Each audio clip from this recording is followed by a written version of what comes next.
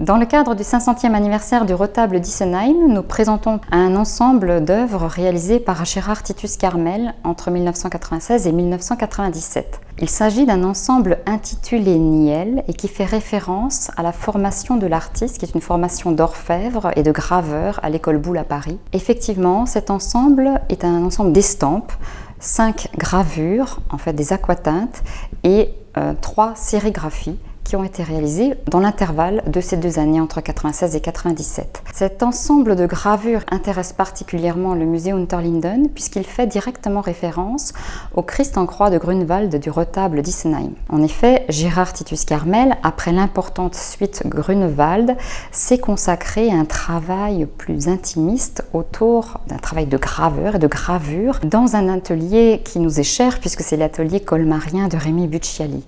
Et en effet, en 1997, il a réalisé une série intitulée Niel qui fait référence directement à sa formation de graveur à l'école Boulle de Paris, puisque les niels sont en fait des gravures sur des pièces d'orfèvrerie dont les sillons sont remplis d'un émail noir pour faire apparaître le motif. Et c'est ce travail d'apparition, de mise en évidence qui est évoqué à travers le titre qu'il choisit pour illustrer les aquatintes réalisées dans l'atelier de Rémy Bucciali et qui s'inspire directement du torse du Christ en croix de Grunewald.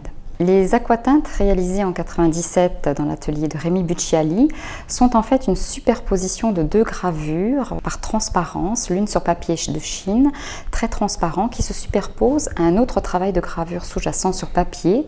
Et la superposition de ces 2 travaux, marouflés l'un sur l'autre, accentue l'idée de suffocation de ce corps d'un Christ en croix, dont on devine la suffocation, la tension à travers l'évocation en noir de la cage thoracique qui semble respirer grâce à ce jeu de superposition de gravures. La particularité de ces gravures, c'est que beaucoup d'œuvres graphiques de Titus Carmel sont réalisées avec des couches et des transparences. C'était ça qui était le plus difficile, je dirais, techniquement à réaliser, parce que ça nous a demandé en fait de réaliser 2 tirages, puis de les assembler et d'obtenir enfin cette transparence qu'on peut voir, où il y a une gravure derrière la gravure, je dirais. Voilà. Ça, c'était l'enjeu. Il y a 2 phases. Il y a la création avec l'artiste, le moment où on élabore l'œuvre et on la construit à partir de plaques de cuivre, parce qu'il faut toujours réaliser que c'est à partir de plaques de cuivre, comme à l'époque de Schöngoer. On n'a pas vraiment changé. Et donc, la réalisation avec l'artiste, ça c'est une phase de création qui dure une semaine, une quinzaine de jours.